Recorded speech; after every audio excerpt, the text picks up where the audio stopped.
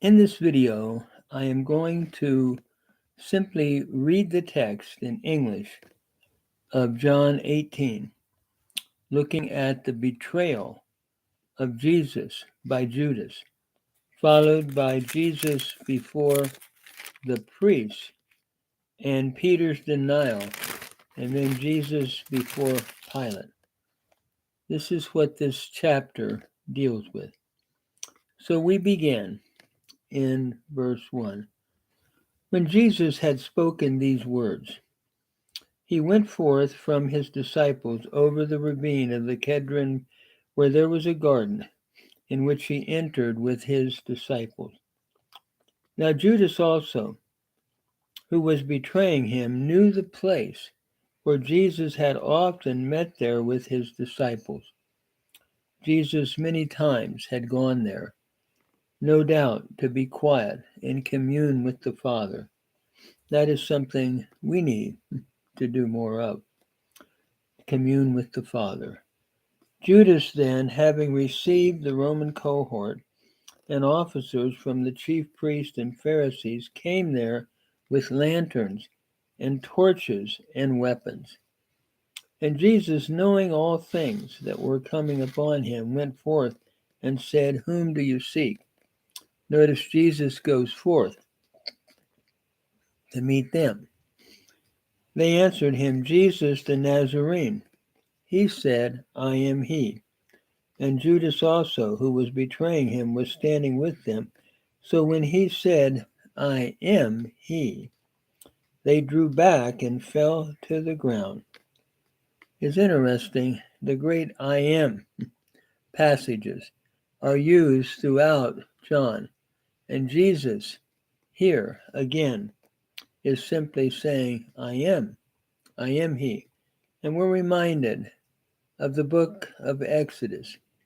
Who do I tell them has sent me? God told Moses, tell them, Ehyeh Asher Ehyeh. I am that which I am. Remember, Jesus says, I am the great I am. Before Abraham was, I am. And we're seeing John developing that theme throughout. So when he said that, they fall backwards. Notice, and I would think right there we're seeing the omnipotence of Jesus as the great I am. Therefore, he again asked them, "Whom do you seek?" And they said, "Jesus the Nazarene." Jesus answered, "I told you that I am he. So if you seek me, let these go their way." Speaking of the apostles, let the disciples go their way. If you're seeking me, Jesus said, to fulfill the word which he spoke of those whom you have given, I lost not one.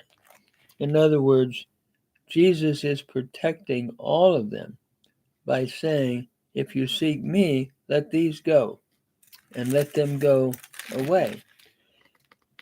Now notice Simon Peter, having a sword, drew it and struck the ear of the high priest's slave, and cut off his right ear. And the slave's name was Malchus. So Jesus said to Peter, "Put up the sword into the sheath. The cup which the Father has given me, shall I not drink it?" And in the other gospel, he said, "Put up the sword. All they that take the sword perish with the sword." One of the things that Jesus is teaching here is the whole principle of non-resistance, which he had taught in the Sermon on the Mount. And he's living that out. And when they're coming to do evil, and Peter is trying to defend him, Jesus touches the ear of Malchus and heals it. So then Jesus is brought before the priest in John's gospel. So the Roman cohort and the commander of the officers of the Jews arrested Jesus and bound him and led him to Annas first, for he was the father-in-law of Caiaphas, who was high priest that year. In other words, Annas was Caiaphas' father-in-law. So he was led to Annas first. Now Caiaphas was the one who had advised the Jews that it was expedient for one man to die on behalf of the people. Again, this is more like a prediction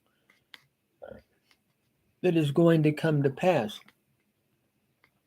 that Jesus will die on behalf of the people, on behalf of all, and those that believe in him will experience life eternal. And that is true in our lives today as we believe in the Lord as our Savior. Simon Peter was following Jesus, and so was another disciple. Now that disciple was known to the high priest and entered with Jesus into the court of the high priest. But Peter was standing at the door outside. So the other disciple, who was known to the high priest, went out and spoke to the doorkeeper and brought Peter in. Then the slave girl who kept the door said to Peter, "You are not also one of this man's disciples, are you?" He said, "I am not, Peter." Now the slaves and the officers were standing there, having made a charcoal fire, for it was cold, and they were warming themselves, and Peter was also with them, standing and warming himself. The high priest then questioned Jesus about his disciples and about his teaching. Jesus answered, "I have spoken openly in the world. I always taught in synagogues and in the temple, where all the Jews come together, and I spoke nothing in secret. So why do you question me? Question those who have heard what I spoke to them. They know what I said." When he had said this, one of the officers standing nearby struck Jesus, saying, "Is that the way you answer the high priest?" Jesus answered, "If I have spoken wrongly, testify of the wrong. But if rightly, why do you strike me?" So Annas sent him to Caiaphas, the high priest.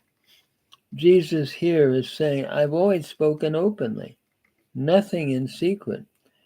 And notice Peter now has denied the Lord, and this continues, and John is describing it. Now Simon Peter was standing and warming himself. So they said to him, "You are not also one of his disciples, are you?" And he denied it and said, "I am not." One of the slaves of the high priest, being a relative of the one whose ear Peter cut off, said, "Did not I see you in the garden with him?" Peter then denied it again, and immediately a rooster crowed. I am sure Peter at that point must have felt horrible, because Jesus had predicted that he would deny him 3 times. Now Jesus comes before Pilate. But by the way, Jesus amazingly forgives Peter and lets him be the spokesperson at Pentecost, which is an amazing example of God's grace. Then they led Jesus from Caiaphas into the praetorium, and it was early, and they themselves did not enter into the praetorium, so that they would not be defiled, but eat the Passover, which is sort of ironic at this point, what they're doing, but they did not want to be defiled, going in with Gentiles. Therefore Pilate went out to them and said, "What accusation do you bring against this man?"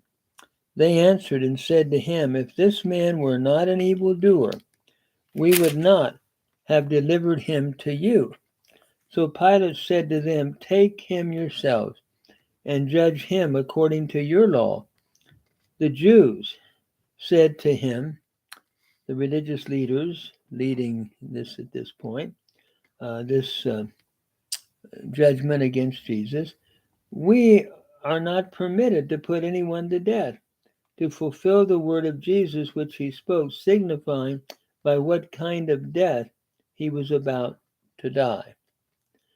Therefore Pilate entered again into the praetorium and summoned Jesus and said to him, "Are you the king of the Jews?" Jesus answered, "Are you saying this on your own initiative, or did others tell you about me?" Pilate answered, "I am not a Jew, am I? Your own nation and the chief priests delivered you to me. What have you done?" Jesus answered, "My kingdom is not of this world.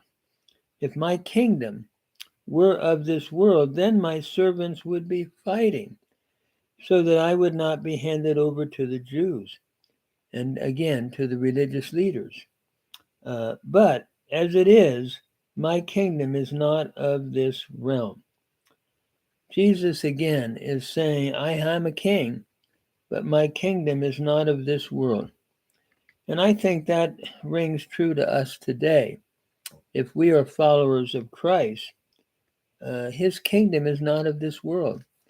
Sometimes we get so embroiled in making a kingdom in this world, but his kingdom is otherworldly. This is what he's saying. In other words, it's a spiritual kingdom. Therefore, Pilate said to him, "So you are a king?" Jesus answered, "You say correctly that I am a king.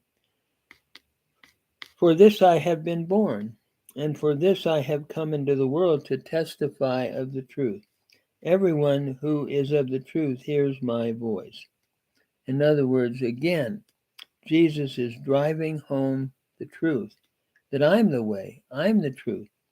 And everyone who hears my voice is testifying of the truth. Pilate said to him, "What is truth?" And when he had said this, and by the way, many people ask that question today, what is truth? And Jesus, over and over in John's gospel, affirms that he is the truth.